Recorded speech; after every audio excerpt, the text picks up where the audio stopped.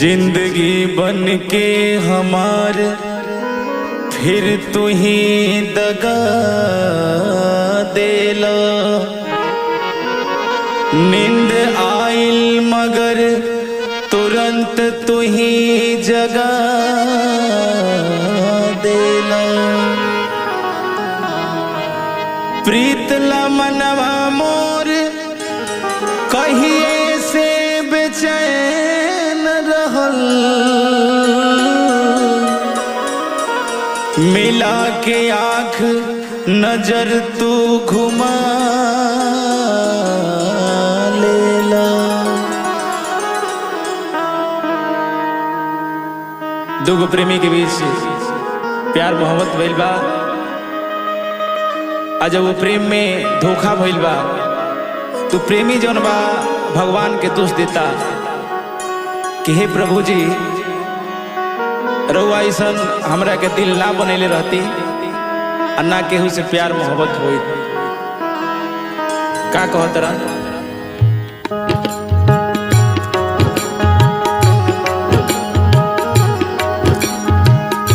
झूठो के राम जी दिल तू बनौला हो।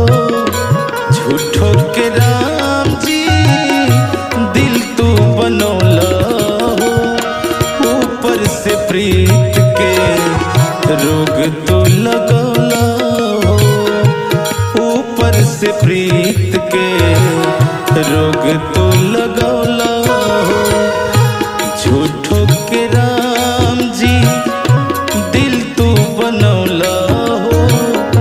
झूठो के राम जी दिल तू बनौला हो। ऊपर से प्रीत के रोग तू लगौला हो। ऊपर से प्रीत के रोग तू लगौला हो।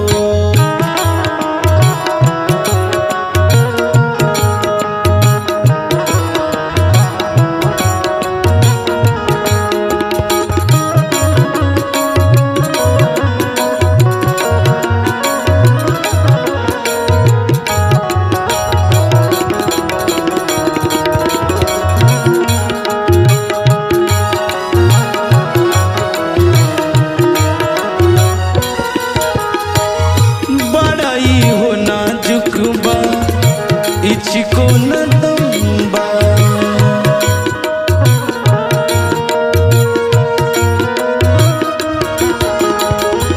छट से छटक जाला बहुते गरम बा।